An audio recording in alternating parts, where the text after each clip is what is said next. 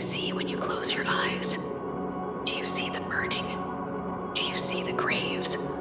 Or has sight itself abandoned you? The frame quivers, unable to hold the weight of the unseen. The eye stares, but understands nothing.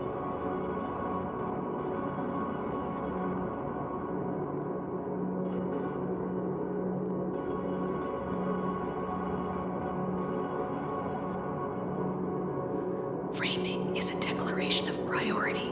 It says, this is worth seeing, this is worth saving. But in Gaza, every image demands the same attention. Every image annihilates the possibility of framing another. The canvas cannot compete. The image has surrendered to the urgency of its own failure.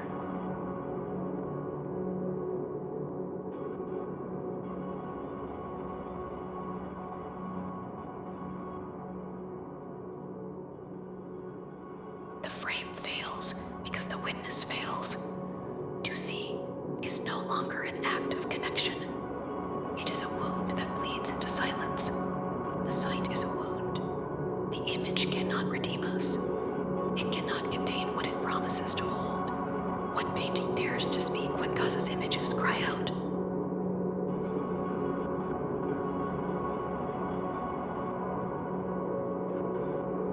When the eye fails, who sees?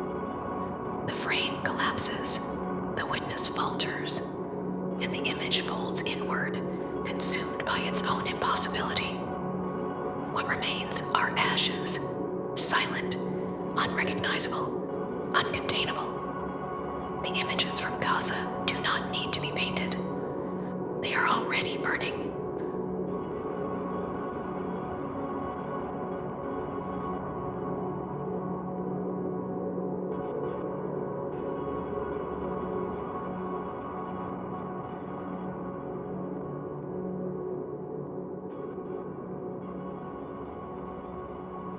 This is the first genocide fully live-streamed by its perpetrators, those who insist on being the victims of their own narrative. The image, once a tool of witnessing, is now a weapon of erasure. Every frame is a wound, every broadcast a burial. No painting, no photograph can rise above this flood of urgent, unbearable sight.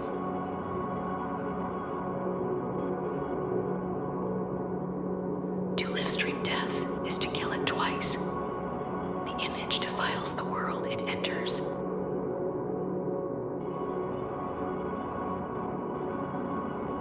The frame has become a coffin, not for the dead, but for our ability to see. Every pixel drips with complicity. The image no longer exposes. It obscures. It no longer remembers. It rewrites. In the face of this inverted gaze, what remains for the image maker to do? What remains for art to say when Gaza has spoken the unspeakable? Today, no artist can create an image with greater urgency, with more moral or philosophical gravity than the images already pouring out of Gaza.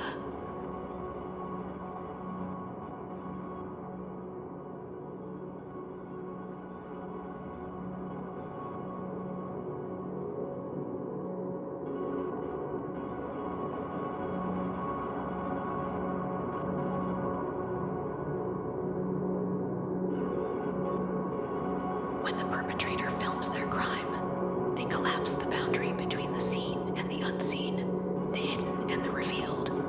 They weaponize light itself, blinding us with an unbearable, dissonant clarity. This is the end of imagery.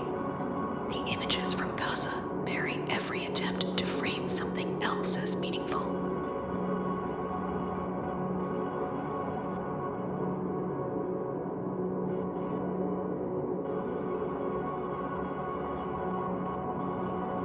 We do not witness, we consume. One might ask, is light no longer innocent? The light has failed us. The image has turned on us. The genocide frames itself.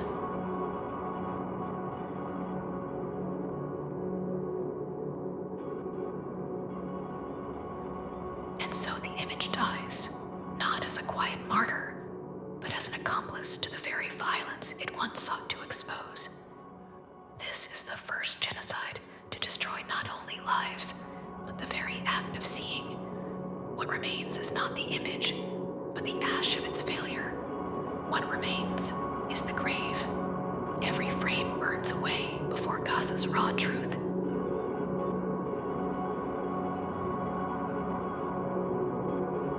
They bury the bodies without frames, without rituals, without witnesses. The image cannot hold them. The earth takes what the image cannot bear. What remains is not vision, but silence. The earth takes what the image cannot bear.